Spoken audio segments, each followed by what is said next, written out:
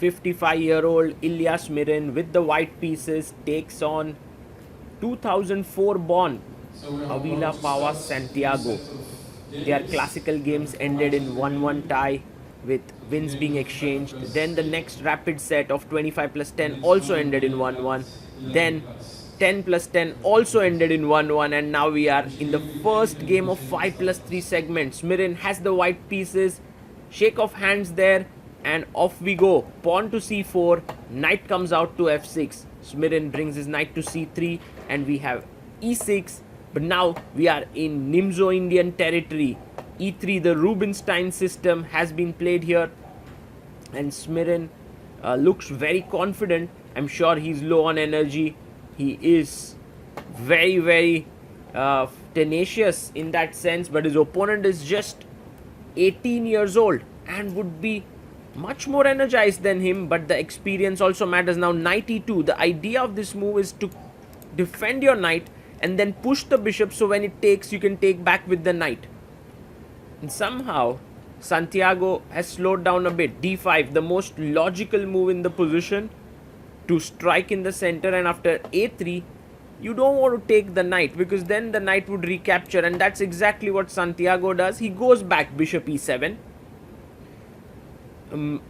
There are a few ways for white to play, but the main move is to take on d5, and Smirin does that. He takes, pawn takes, and now you can put your knight on f4, and that is exactly what he does. The bishop will come to d3, then you will castle, then you could play your bishop to d2, maybe eventually f3. These are some of the plans in the position, but Santiago has to be a little quick. He's taking a lot of time, plays his pawn up to c6, and now Smirin develops his bishop to d3, logical chess. And now there are many moves. One is rook e8, the other is knight a6, but he plays bishop g4. This absolutely doesn't make sense because f3 is a move that white anyway wants to play in these structures. It's not like you're provoking something that is detrimental to white's case, you know. So f3 is just a very logical move. Smirin plays it very quickly. He has a poker face, but I'm sure he's thinking, what is the point of your last move, Santiago? Why did you play this? Bishop goes back to c8. Now the bishop provoked f3. Generally you want to then strike with c5, but in this case f3 is a very useful move, and I would say that white can simply castle here and then continue with his bishop d2, queen c2, maybe bishop e1 to h4 ideas. But Smirin says, I have none of that on my mind. I am going all out for the attack. Goes g4. Wow, this is very aggressive chess by Ilya Smirin. Look at him giving those little stares to his opponent every now and then. Santiago plays his bishop to d6. He wants to perhaps chop off this knight so that when g5 is played, he can put his knight on h5. The knight is controlling that square now, and I think makes sense to reinforce the knight with knight c e2. But Smirin is going the no-nonsense way. He goes g5, not the best move. In fact, now black can take, good move. The point is, if you take g takes f6, there is rook e8 pinning the pawn, and also when fg7 is played, the rook is not attacked. So the logical thing to do now is to take the bishop, not the knight. Otherwise black would be better. So Smirin taking his time, and I think black is kind of getting back in this game. Yes, he takes e takes f4, but now the advantage is that the knight can jump to h5, and that is exactly what Santiago does. He puts his knight on h5. In a way, these pawns are dangerous, but on the other hand, they could also become weaknesses. This is a very complicated position, and I like Smirin's next move, knight e2. Two things: one, your knight is defending this pawn. Secondly, the knight can be routed to g3 whenever needed. Now, one way to do something is go g6, play your knight back to g7, and maybe try and exchange with bishop f5. That is one plan that could be possible here. There are other ideas as well. One of them could be queen d6, keeping pressure on the f4 point. We have Santiago, who's thinking right now quite hard. He's down to 3 minutes 14 seconds on his clock. The main problem for these players is that every few minutes the time control changes, so they have to readjust their psyche, and from 10 plus 10 they are now down to 5 plus 3 game. Queen d7 played. Oh, interesting move. He wants to go perhaps queen h3, and if you try to play f5 here, maybe the idea of Santiago is to play queen c7 or f6. Maybe those are the plans. Smirin says I go queen c2, and now I'm attacking this pawn, but that's not a good move. Here queen h3 would be very powerful, threatening things like queen g2, queen f3, queen h4, giving up this h7 pawn. That's fine. King h8 is okay, but you know, Santiago goes g6. This gives white the very important tempo in order to long castle. So that was definitely a missed opportunity there for black, because now when the queen comes to h3, which is an interesting move, then white can simply castle and give up a pawn or two. Look at Smirin there. He has more time on the clock. Santiago has close to a minute less. He goes queen h3, and now very important to long castle, not care about the f3 pawn. That's exactly what he does, because if you take on f3, then there is rook f1, and it feels like white is better because f5 is coming up next.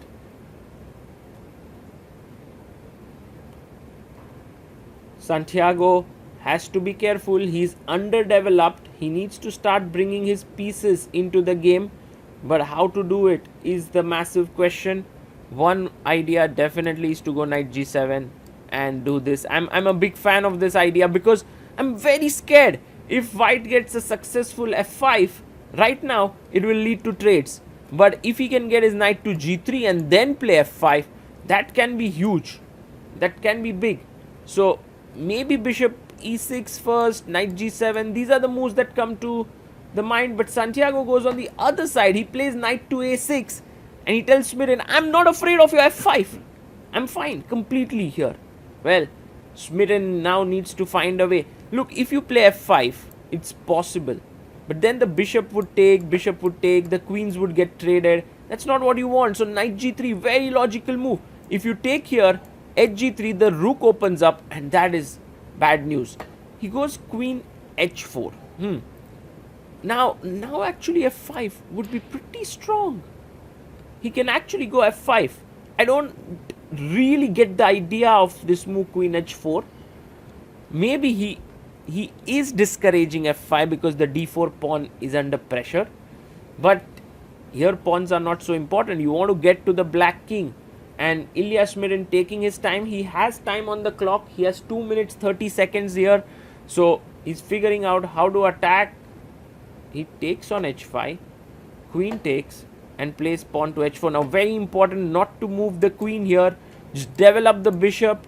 Play it slow. Because if you move the queen, h5 is coming in. And I'm sure that Santiago is not going to move the queen away from there. Otherwise it's suicide. Just play bishop d7. Maybe bring your rook to c8. Try for c5 break. Try to create your own counterplay in this position. That is what makes a lot of sense. What? He takes this, and Smirin simply pushes the pawn. Bishop f5. What exactly is he doing? I get it. What he wants is, he's saying, trade the bishops, queen takes, and then I go queen e4 to trade off the queens. That's his point. And he's saying that I have seen that the queens are getting exchanged. That's the reason why he's gone for it. Smirin has seen something more, it seems. He takes on f5. Now, if you don't play queen e4, then why did you give up all of this material? I can actually now rip open your position with g6. h6 is coming in. Too many problems. So he goes queen e4. If white takes here, I think black's problems are reduced. You know, you can maneuver the knight here. But Smirin goes queen f6. And he avoids the queen trade. maybe his idea now is that after queen comes back to e6, he may want to not trade. But yeah, how do you not trade the queens now?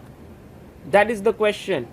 Smirin says, I am okay with the queen trade. f5. What a classy move. This is such a nice move. Because now you have to take the queen. I mean, if you don't take the queen, next move I'm going h6 and mating you. So queen has to be taken. But once the queens are chopped off, pawn takes, suddenly the g file opens up. And more importantly, the bishop is coming here to lock the black king up.